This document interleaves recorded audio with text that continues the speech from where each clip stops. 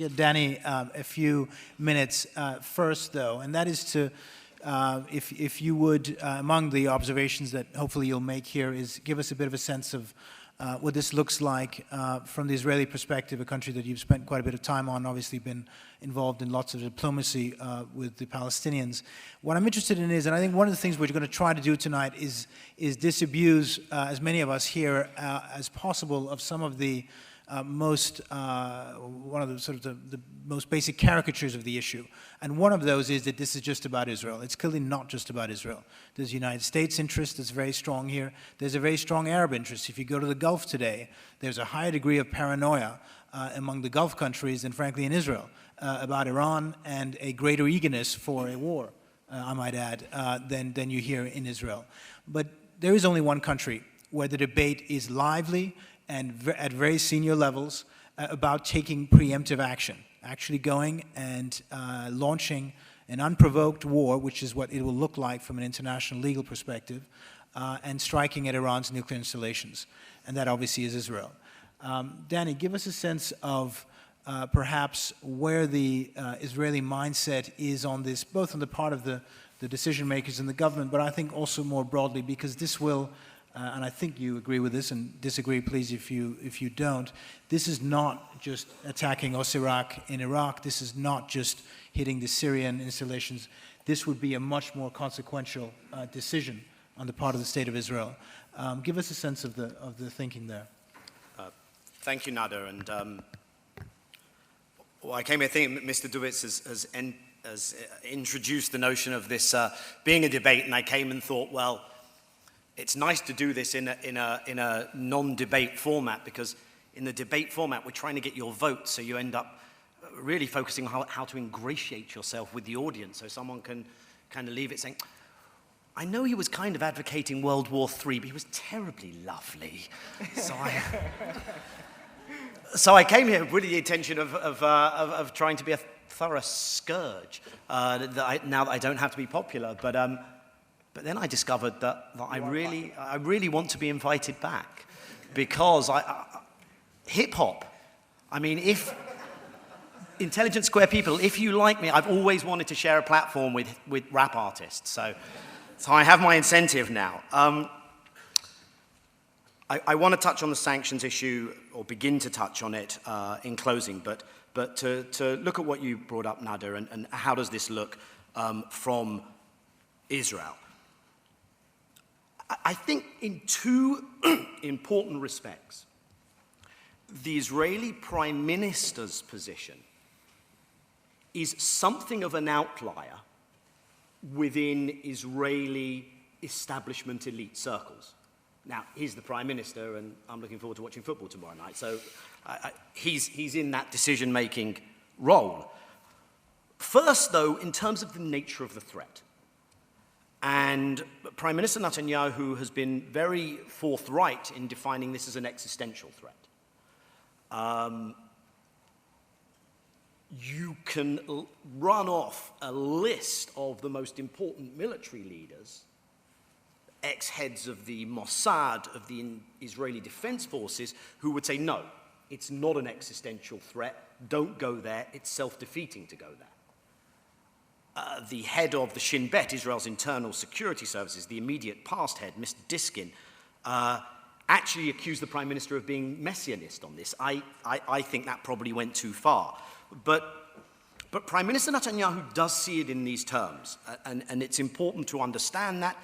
It's probably important to appreciate at the same time that in the past he's accused Shimon Peres, today's president, of being Chamberlain-esque appeaser over Oslo.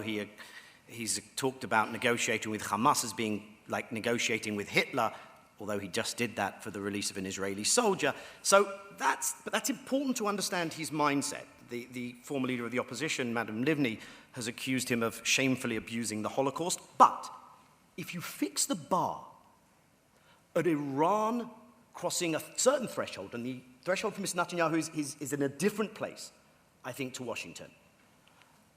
If you call that the equivalent of bombing the railroad tracks at Auschwitz, you're climbing yourself pretty high up a ladder, which is what the Prime Minister has done. The second thing then becomes, of course, what is the nature of the response? What is the nature of the action you take? And the idea of an Israeli military strike is very much led again by the Prime Minister and also by his defense minister.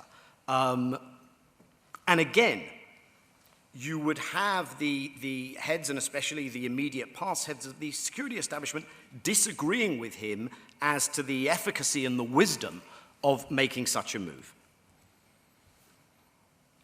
I think the first important thing to recognize is the Israeli Prime Minister of politicians does not exist in some unique bubble where politics are irrelevant to him. He is a politician. He seeks to get re-elected. He's in a very good position to get re-elected, and there's politics that's part of this.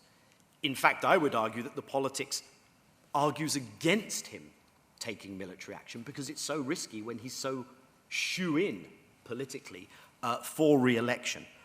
He's right. His coalition allies from the further right are actually not hyping this threat.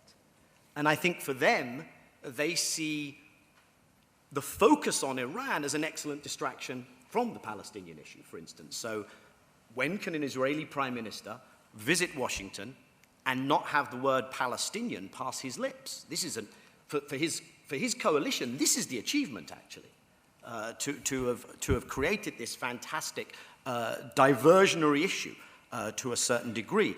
And if you follow developments in Israel, and this may surprise people, if you poll Israelis, this is not the top of their agenda.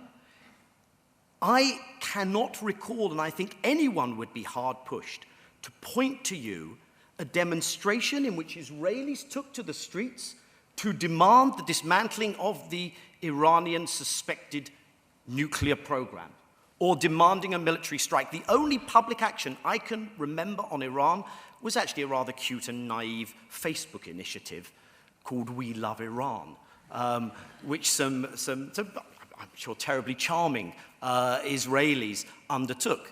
Hundreds, if not thousands, were out yesterday demonstrating over moving some homes from one part of an illegal settlement to another part of an illegal settlement. They're not out demonstrating on this. Of course, the other aspect is, to what extent is he simply playing the role of bad cop?